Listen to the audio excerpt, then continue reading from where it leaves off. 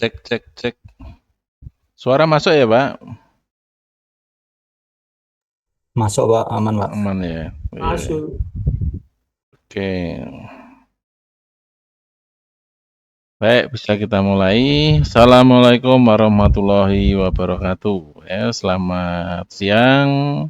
Selamat berjumpa kembali pada mata kuliah perancangan media publikasi. Baik, kali ini kita masuk di sesi yang ke-15, berarti sesi terakhir. Minggu depan kita jeda libur. Kemudian nanti minggu berikutnya sepertinya jadwal ujian akhir semester. Jadi sebelumnya saya ucapkan terima kasih kepada para dosen pendamping yang telah mendampingi selama 1 semester perkuliahan hingga hari ini ya. Pak Sarwo, ada Pak Wiwit ya, ada Pak Bagus. Nah, ini saya akan terima kasih. Semoga ilmu yang kita berikan ini dapat bermanfaat untuk mahasiswa semuanya. Baik, kali ini kita akan mengambil judul yaitu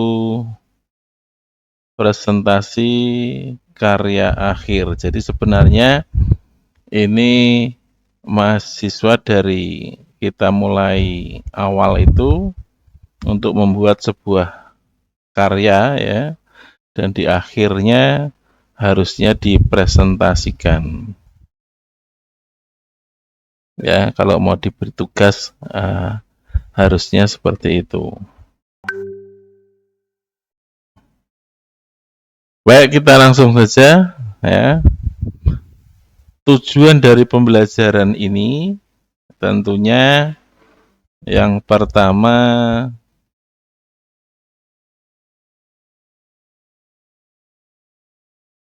untuk memahami ya sebelum melakukan presentasi.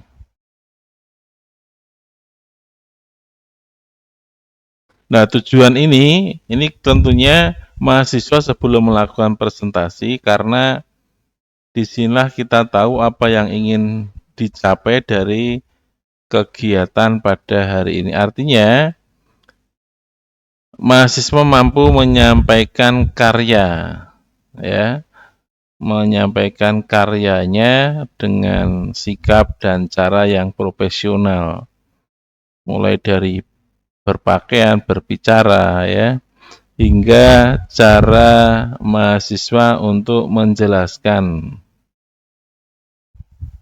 Ingat, dalam presentasi desain itu bukan hanya sekedar menunjukkan gambar ya, tetapi juga menunjukkan kepribadian dari mahasiswa tersebut sebagai calon desainer yang profesional. Makanya menggunakan ya bahasa yang jelas, kemudian percaya diri dan terstruktur. Nah, visual yang kalian tampilkan pun harus rapi dan komunikatif.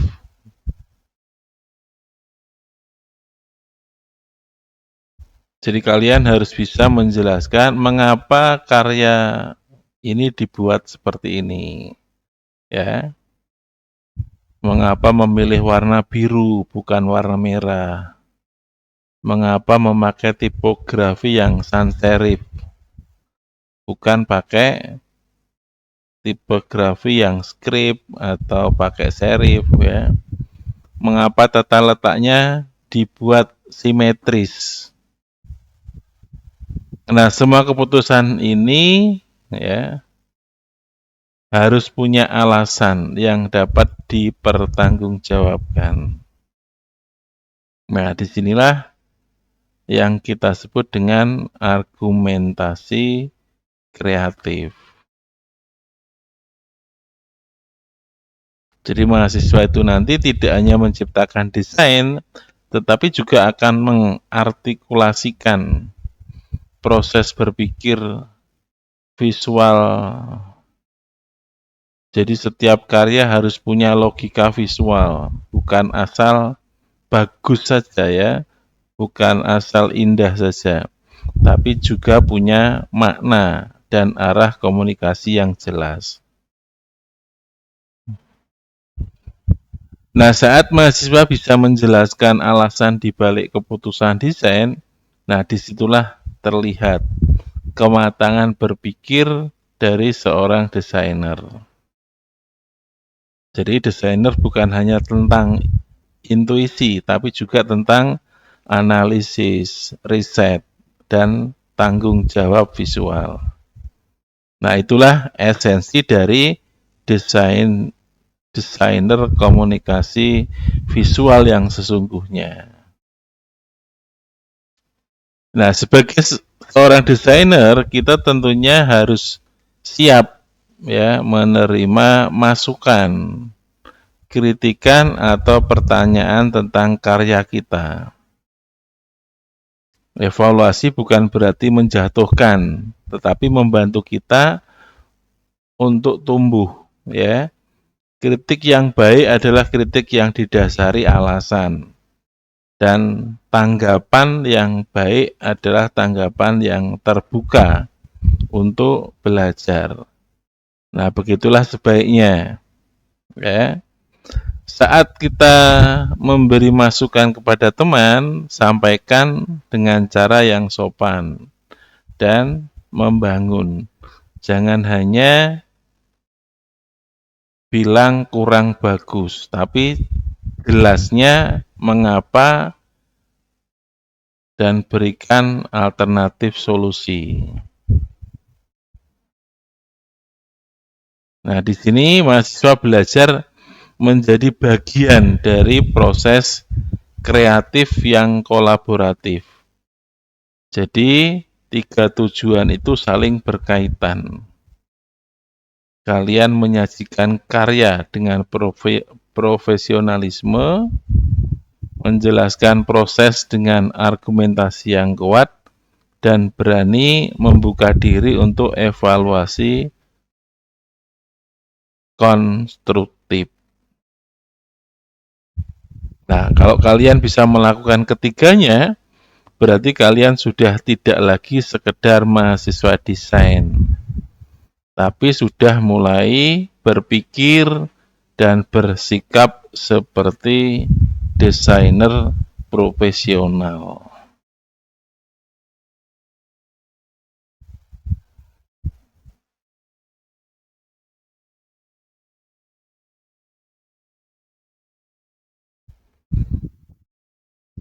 Nah, kemudian tahapan presentasi karya. Jadi ada 4 tahapan yang akan membantu menyusun presentasi agar sistematis, profesional, dan komunikatif. Yang pertama pembukaan. Nah, ini momen awal yang akan menentukan kesan pertama audien terhadap karya yang kalian sampaikan. Di sini kalian harus memperkenalkan secara singkat apa konsep dasar atau konsep besarnya dari karya yang kalian buat. Lalu tujuan komunikasi visual yang ingin dicapai dan konteks perancangan ya, misalnya untuk brand apa, untuk siapa ya. Jangan langsung ditunjukkan hasil akhir. Mulailah dengan cerita latar belakang yang membangun pemahaman audien. Ceritakan mengapa kalian memiliki topik ini. Apa inspirasi atau isu yang melatar belakangi. Nah, nilai apa yang ingin kalian sampaikan lewat karya. Ingat, pembukaan yang kuat akan membuat audien tertarik dan fokus mengikuti cerita yang kalian sampaikan sampai akhir. Baru selanjutnya proses desain. Nah, inilah bagian inti dari proses presentasi yang kalian sampaikan, di mana kalian menjelaskan perjalanan kreatif dari awal sampai karya final. Ya, sampaikan bagaimana kalian melakukan riset, siapa target audiennya, lalu data apa yang kalian kumpulkan. Bagaimana kalian menafsirkan hasil riset itu menjadi konsep visual. Lalu jelaskan ide kreatif yang muncul. Bagaimana ide itu berkembang, apa yang ada, tantangan apa yang ada, yang dihadapi, ya. Bagaimana kalian bereksperimen dengan bentuk, warna, tipografi. Lalu kalian bisa menunjukkan eksplorasi visual, misalnya sketsa awal, ya, kemudian mood brand alternatif layout, ya, mood brandnya, alternatif layoutnya, atau versi desain sebelum direvisi. Ini penting agar audien tahu bahwa desain kalian itu bukan hasil instan, tapi mulai dari proses yang berpikir, yang mendalam dan terencana. Nah, di dunia profesional, klien itu selalu ingin tahu prosesnya, bukan hanya hasil akhir. Jadi tunjukkan bahwa kalian punya metode dan arah berpikir yang jelas. Ya. Berikutnya hasil akhir. Tampilkan dalam bentuk mock-up, ya, video atau media publikasi digital atau cetak sesuai dari jenis proyek yang kalian rancang. Pastikan presentasinya itu menarik secara visual. Gunakan layout yang rapi, ya, gambar yang berkualitas tinggi, dan jangan terlalu penuh dengan teks. Biarkan karya kalian itu berbicara. Kalian bisa menjelaskan bagaimana karya ini menyelesaikan masalah desain yang diangkat di awal, serta bagaimana visualnya mendukung pesan komunikasi. Sampaikan dengan percaya diri, karena ini bagian yang menunjukkan jati diri dari Anda sebagai seorang desainer. Tapi ingat, jangan hanya berkata ini hasilnya, ya. Jelaskan juga mengapa desain ini efektif dan bagaimana audien akan respon. Dan bagian yang terakhir yaitu refleksi dan evaluasi. Nah, tahapan ini sering diabaikan mahasiswa. Padahal justru disinilah kalian akan menunjukkan kedewasaan berpikir, ya, refleksi. Artinya kalian menilai kembali karya kalian sendiri. Apa yang sudah berhasil? Bagaimana yang masih perlu dikembangkan? Apa pelajaran yang kalian dapat dari proses ini? Nah, kemudian berikan alasan kreatif dari setiap keputusan desain. Warna, bentuk, komposisi, ya, gaya ilustrasi, dan sebagainya. Tunjukkan bahwa setiap keputusan itu ada landasan logis dan estetisnya. Dan yang tak kalah penting, yaitu perhatikan juga respon audien. Karya desain selalu melibatkan persepsi orang lain. Jadi, terbukalah terhadap kritik dan saran. Jika terbuka terhadap evaluasi, akan membantu kalian berkembang sebagai desainer yang profesional dan rendah hati. Ya, 4 tahapan ini akan menjadi panduan nanti ketika mempresentasikan karya. Kalau kalian bisa mengikuti alur ini dengan baik, mulai dari pembukaan, proses, hasil, hingga refleksi, maka presentasi kalian akan terasa mengalir, ya, logis dan meyakinkan. Ingat, setiap desain punya cerita. Jadi tugas Anda sebagai desainer tentunya menceritakan perjalanan visual itu dengan jujur, runtut, dan penuh keyakinan.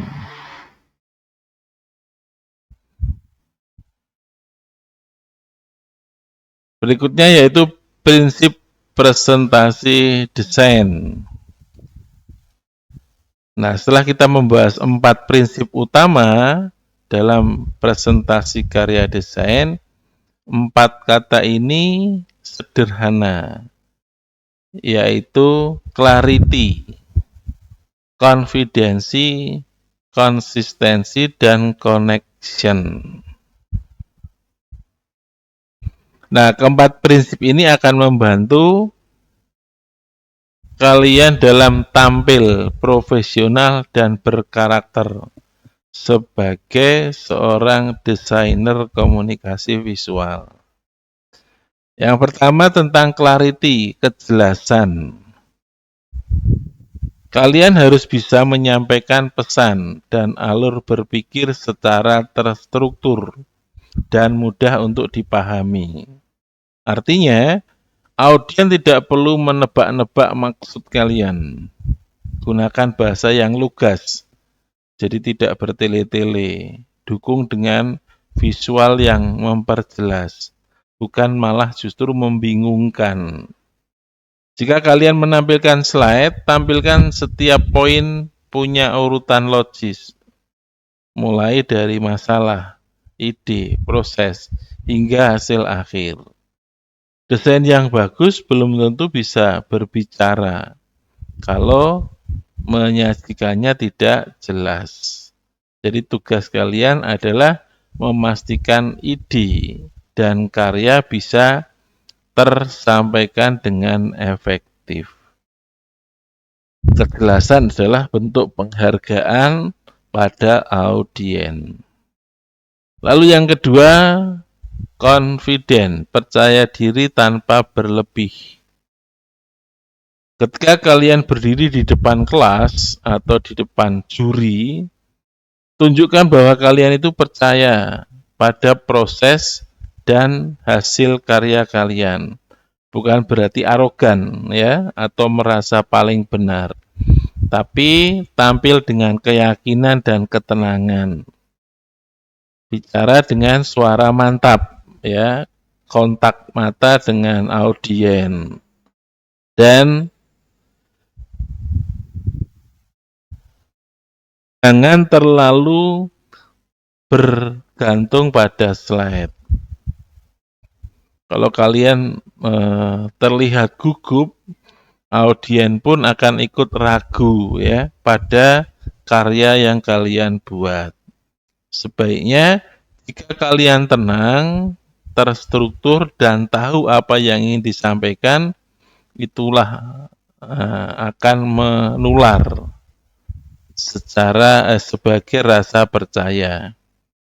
Nah, percaya diri itu bukan soal yang gaya bicara keras, tapi tentang mengetahui alasan di balik setiap keputusan desain. Prinsip ketiga adalah konsistensi atau konsisten.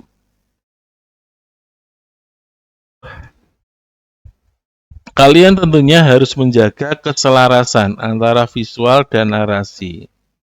Kalau di slide kalian menampilkan desain yang elegan dan minimalis, maka cara kalian berbicara juga harus tenang, terstruktur, dan profesional.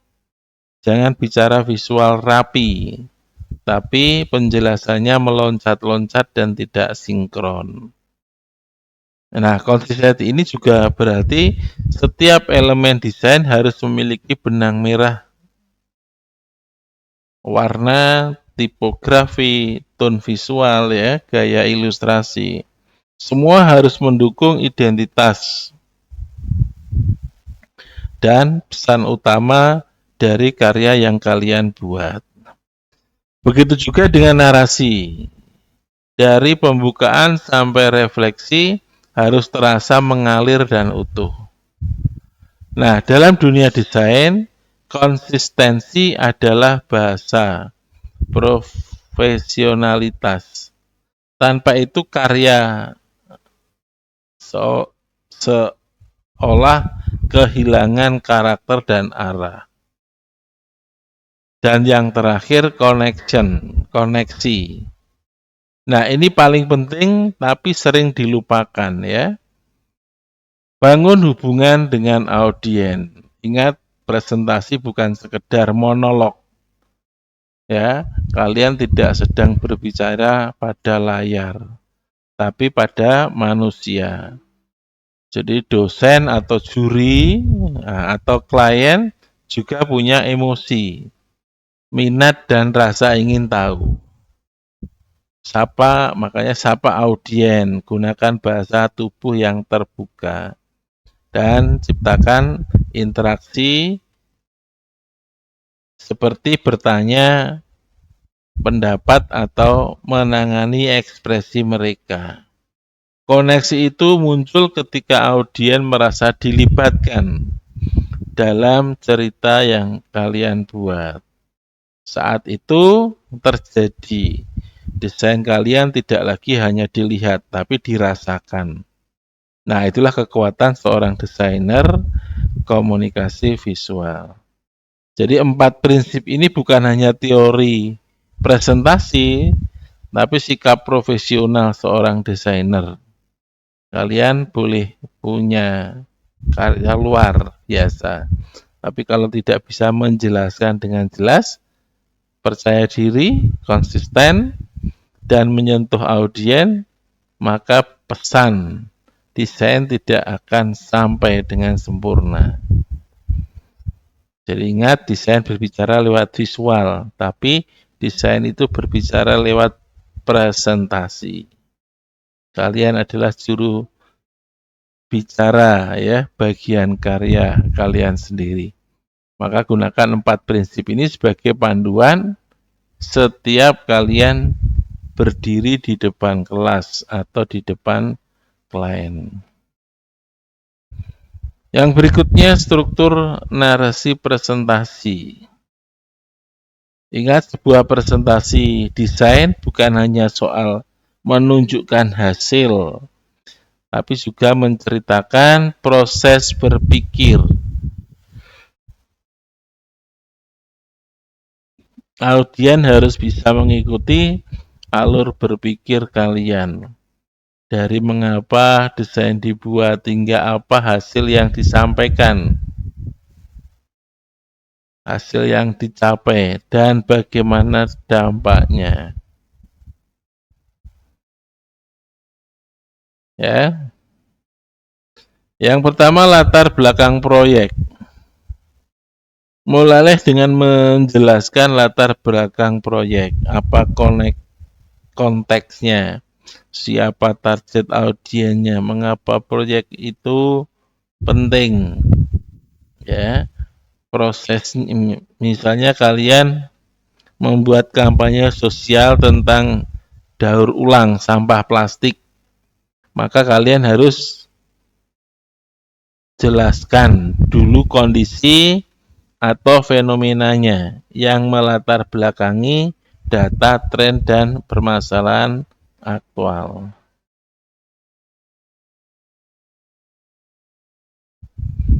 Jadi tujuan tahap ini membangun dasar pemahaman audiens sebelum kalian bicara soal desain. Kalau latar belakangnya kuat, audiens akan langsung merasa karya kalian itu relevan. dan bermakna.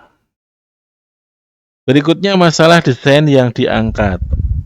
Setelah latar belakang tentunya menunjukkan masalah desain yang ingin diselesaikan. Masalah desain bukan sekedar kekurangan estetika, tapi pada tantangan komunikasi visual. Contohnya, bagaimana membuat pesan lingkungan menjadi lebih menarik bagi anak muda. Bagaimana menyampaikan informasi kompleks dengan visual sederhana dengan mengidentifikasi karya secara jelas. Audien akan memahami arah berpikir kreatif. Ya. Ingat, desain selalu berangkat dari masalah. Dan tugas desain adalah menawarkan solusi visual. Lalu yang ketiga, konsep atau ide kreatif.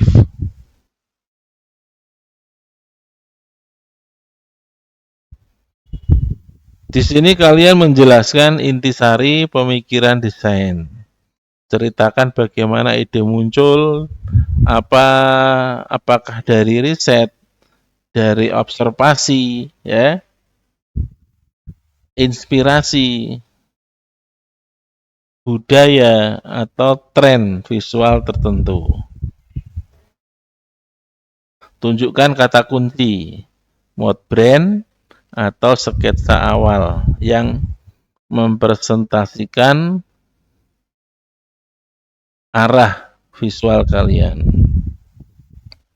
Dan paling penting, jelaskan alasan dibalik ide itu. Apa nilainya, uniknya, ya. Apa nilai uniknya, bagaimana konsep itu menjawab masalah desain yang tadinya disampaikan. Audien harus bisa memilih keterhubungan logis antara masalah dan ide kreatif yang kalian tawarkan. Lalu ada proses visualisasi. Nah, setelah konsep jelas, maka tunjukkan proses visualisasinya. Bagaimana ide itu berkembang menjadi bentuk visual. Mulai dari sketsa, eksplorasi layout, pemilihan warna, tipografi, hingga komposisi akhir. Tahap ini menunjukkan kedalaman eksplorasi desain yang kalian buat. Jadi jangan hanya tampilan hasil akhir, tunjukkan juga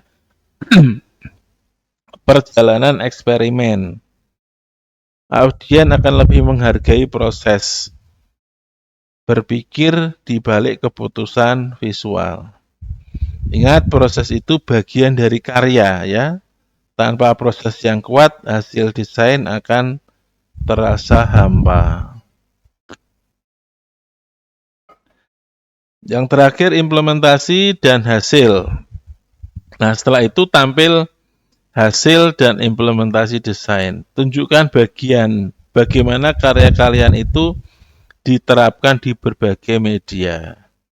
Apakah poster, video, media sosial, atau merchandise. Gunakan mock-up yang realistis agar audien bisa membayangkan konteks penggunaannya. Jadi kalau kalian punya motion graphic, tampilkan, ya, cuplikan video singkat. Jika karya berbentuk kampanye, jelaskan juga strategi penyebaran medianya. Nah, pada tahap ini kalian menunjukkan bahwa desain itu tidak hanya berhenti di konsep, tapi siap digunakan dalam dunia nyata. Siap digunakan untuk dalam di dunia nyata.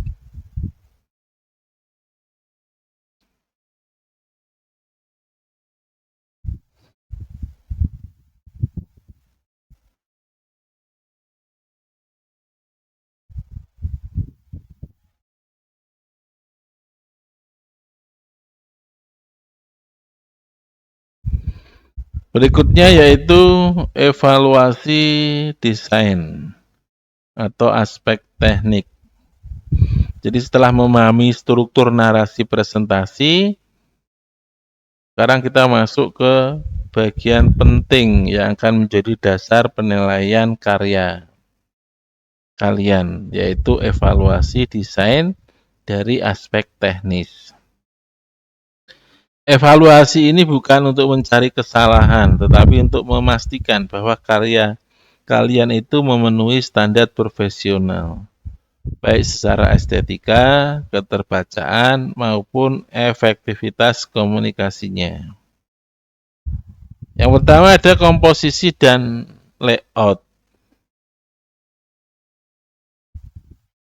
Adalah dasar visual dari setiap karya desain. Jadi kalian harus memperhatikan keseimbangan elemen, ya, ritme hierarki visual dan arah pandang audien.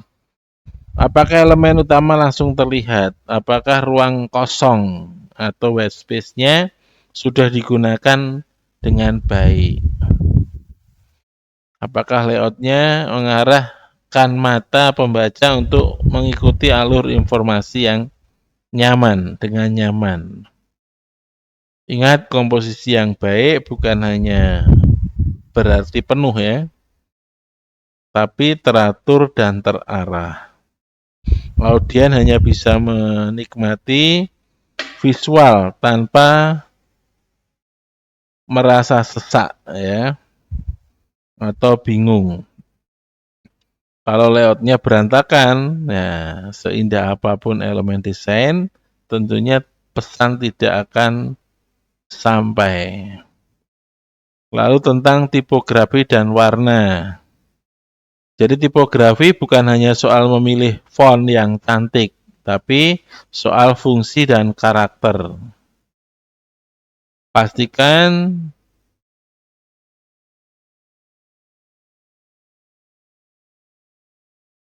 Tentunya pastikan ya, jenis huruf sesuai dengan pesan dan target audien.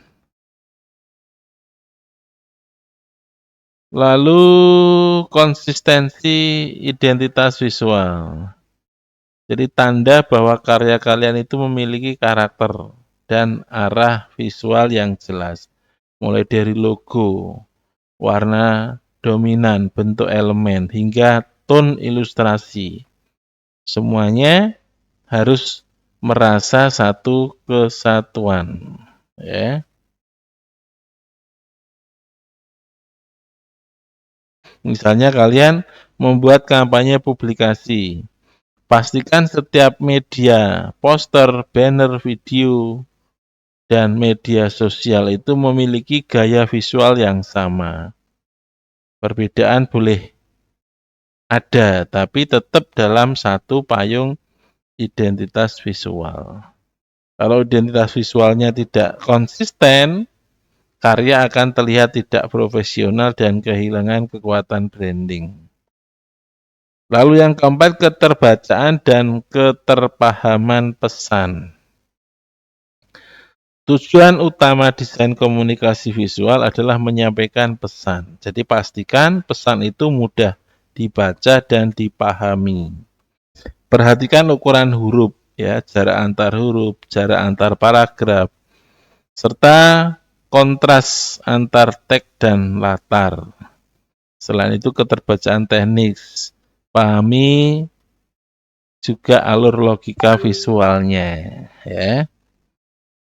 Lalu yang kelima, kesesuaian media format. Desain yang dibuat untuk media cetak tentu berbeda dengan media digital. Kalian harus paham konteks produksi dan distribusinya. Untuk cetak pastikan resolusi tinggi, modenya CMYK, ya, ukurannya sesuai dengan standar percetakan. Untuk digital, rasio layar, ukuran file, dan tampilan di berbagai perangkat. Desain yang tampak bagus di laptop belum tentu terbaca baik di profesional. Nah itu. Kemudian evaluasi desain aspek konseptual. Kalau tadi kita sudah membahas evaluasi dari aspek teknis ya, sekarang kita aspek konseptual. Aspek konseptual itu menilai bagaimana kekuatan ide, pesan, dan relevansi konsep yang kalian bangun di balik karya desain. Desain yang baik bukan hanya rapi dan indah secara visual, tapi juga punya makna, arah, dan alasan yang kuat di baliknya.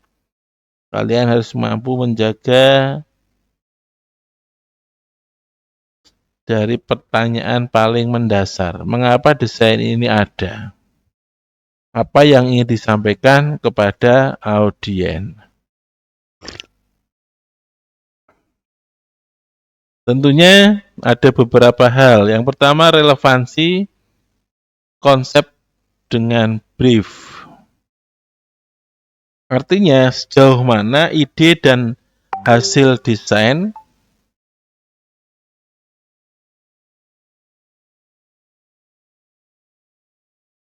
sesuai dengan tujuan. Ya, sesuai dengan tujuan proyek dan kebutuhan klien, konteks yang diberikan. Kalau briefnya meminta desain kampanye sosial tentang kesehatan mental, maka visual dan pesannya harus relevan dengan isu itu, bukan hanya melenceng ke tema estetika yang tidak nyambung. Ya, desainer yang baik selalu berangkat dari brief yang dipahami secara mendalam. Kedua, originalitas ide. Nah, di dalam dunia desain, original adalah napas kreativitas. Jadi karya yang baik harus memiliki keunikan, entah dalam cara berpikir, gaya visual, atau pendekatan pesan. Berarti semua harus benar-benar baru. Tapi bagaimana kalau kalian mengolah ide umum menjadi sesuatu yang segar dan khas versi kalian. Jadi jangan hanya meniru tren atau gaya desainer lain. Gunakan riset, pengalaman pribadi, atau konteks budaya lokal untuk menciptakan ide yang punya nilai autentik. Ingat, orisinal tidak selalu berarti belum pernah ada, tapi belum pernah disajikan dengan cara yang seperti ini. Nah, itulah yang membuat sebuah karya kalian itu berbeda dan berkarakter. Lalu daya tarik visual. Desain yang kuat harus mampu menarik perhatian audiens ya dalam hitungan detik. Jadi di era visual manusia sangat singkat. Perhatian manusia sangat singkat. Jadi karya kalian harus mampu berbicara bahkan sebelum dijelaskan. Ini. Lalu nanti yang keempat, kesinambungan antara konsep dan hasil.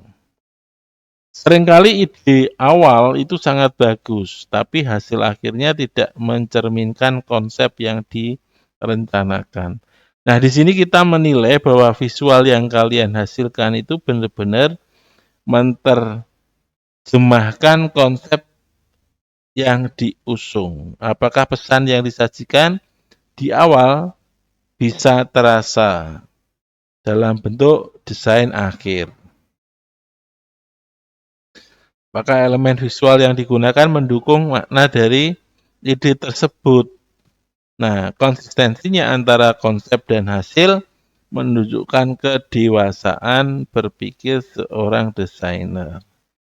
Karena ide yang kuat harus punya implementasi yang logis dan visual yang sejalan dengan gagasan utama. Jangan sampai konsep kalian berbicara soal kesederhanaan, tapi visualnya justru rumit dan berlebihan. Harus ada harmoni antara apa yang kalian pikirkan dan apa yang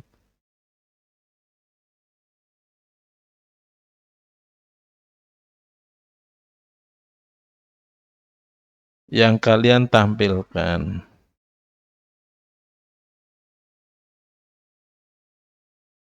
Oh iya, jadi kemudian berikutnya argumentasi kreatif. Argumentasi kreatif adalah kemampuan kalian untuk menjelaskan mengapa setiap komputer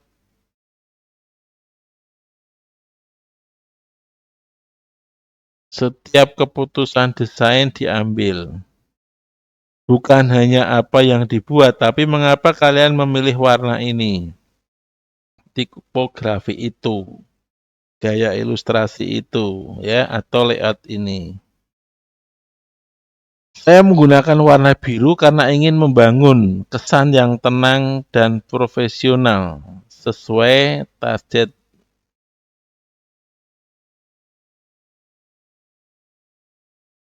Ya, sesuai dengan target yang kita buat.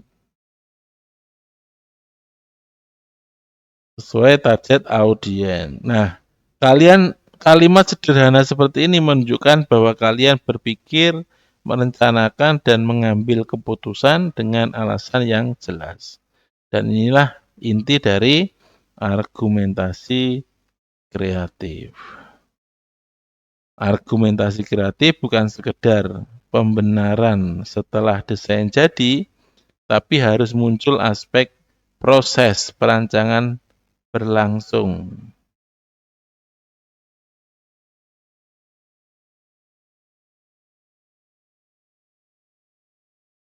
Berikutnya yaitu membangun argumentasi kreatif. Kemampuan menjelaskan mengapa suatu keputusan desain diambil. Nah, sekarang pertanyaannya adalah bagaimana cara membangun argumentasi yang kuat dan meyakinkan. Nah, di sini ada 4 langkah penting yang perlu kalian kuasai. Yang pertama dasarkan pada riset dan data. Langkah pertama, ya, dasarkan semua keputusan pada riset dan data. Sebagai seorang desainer, tentunya kita tidak boleh hanya mengandalkan perasaan atau selera pribadi. Jadi setiap elemen dalam karya harus punya dasar logis. Misalnya data demografi audiens, umur, ya, jenis kelamin, kebiasaan konsumsi media, dan lain-lain. Insight dari hasil survei dan observasi. Referensi visual di kampus atau brand sejenis.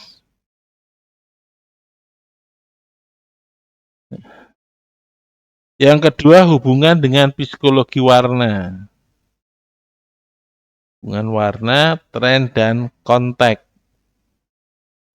Sebagai contoh, saya memiliki warna hijau, bukan hanya karena identik dengan alam, tapi juga karena tren visual saat ini bergerak ke arah sustainability dan arah lingkungan. Tipografi sans serif dipilih agar tampak modern. Ini hubungannya. Maka dengan cara ini, desain kalian menjadi relevan dan kontekstual. Artinya kalian tidak hanya mengikuti tren, tapi juga memahami mengapa tren itu muncul, bagaimana ia berpengaruh pada prosesi audiens. Jadi kritikan yang kalian tujukan. Tanyakan pada diri kalian sendiri, apa pesan utama yang ingin disampaikan dalam karya ini? Apakah untuk membujuk, menginformasikan, menginspirasi, atau mengingatkan audiens? Misalnya saya memilih tone warna merah karena ingin menciptakan sense of urgency dalam kampanye keselamatan lalu lintas. Desain ini menggunakan layout horizontal agar memperlihatkan pembaca informasi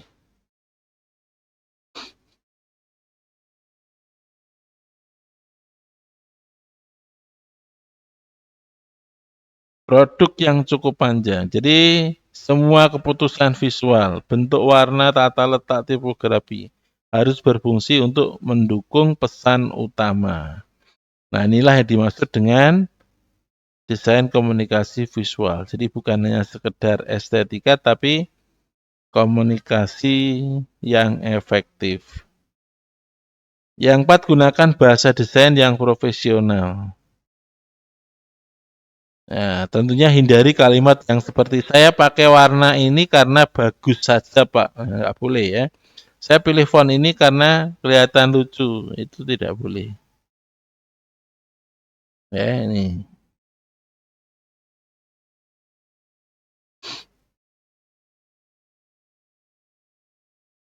Berikutnya teknik studi kasus ya. Pada presentasi desain yang kuat. Contohnya yang pertama studi kasus Save the Ocean. Kita akan melihat bagaimana desain menyusun visualnya. Lalu bagaimana ia membangun argumen yang logis, relevan, dan kuat. Yang pertama kesadaran kedalaman laut. Atau visual blue biru gelap. Perhatikan dulu warna utamanya. Desainer memilih warna biru gelap sebagai warna dominan. Mengapa bukan biru muda atau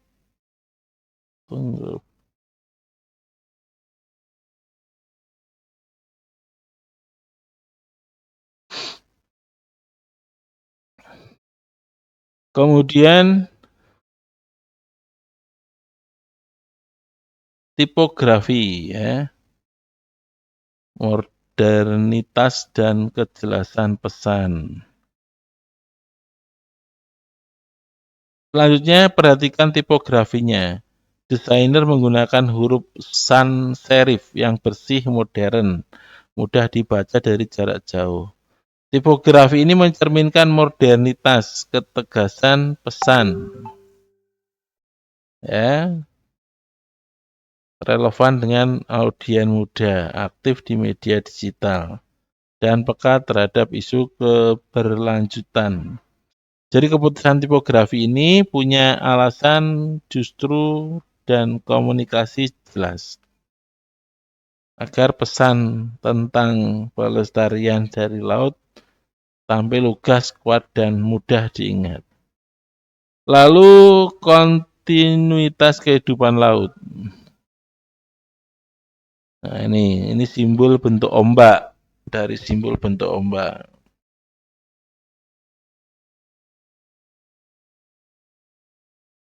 Bukan sekedar dekorasi, tapi untuk simbolik yang punya makna konseptual. Ombak ini merepresentasikan kontinuitas kehidupan laut, naik turun, tapi terus bergerak ke sana dan berkesinambungan. Desainer ingin menunjukkan bahwa kehidupan laut adalah ekosistem yang ekosistem yang dinamis dan saling tergantung. Simbolisasi ini memperkuat pesan bahwa menjaga laut berarti menjaga keberlanjutan kehidupan di bumi.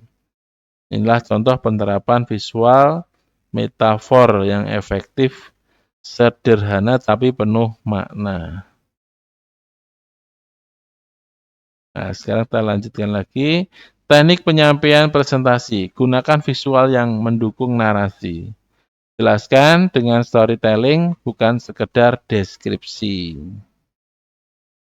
Hindari membaca slide ya, gunakan jawaban yang untuk pertanyaan evaluasi. Sedangkan untuk evaluasi antar mahasiswa tujuannya mengasah kemampuan memberi dan menerima kritik. Metodenya peer review. Mahasiswa saling memberi masukan. Ya. Rubrik penilaian, konsep, visual, argumentasi, dan orientasi. Nah, ini ada beberapa aspek dengan bobotnya. Konsep dan ide itu bobotnya 30%, ya, visual dan teknik 30%, argumentasi 20%, presentasi 20%. Relevan, kreatif, dan komunikatif, kreativitas, estetika, dan dinamis.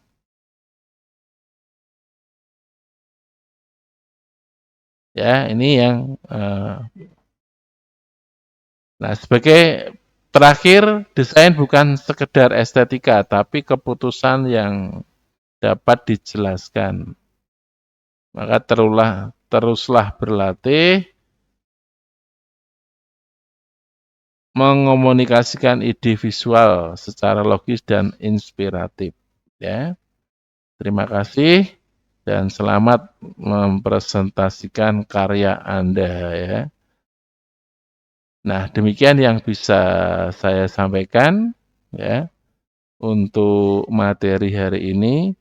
Jadi untuk pertemuan selanjutnya, ujian akhir nanti soalnya ada 30 ya, sudah saya siapkan.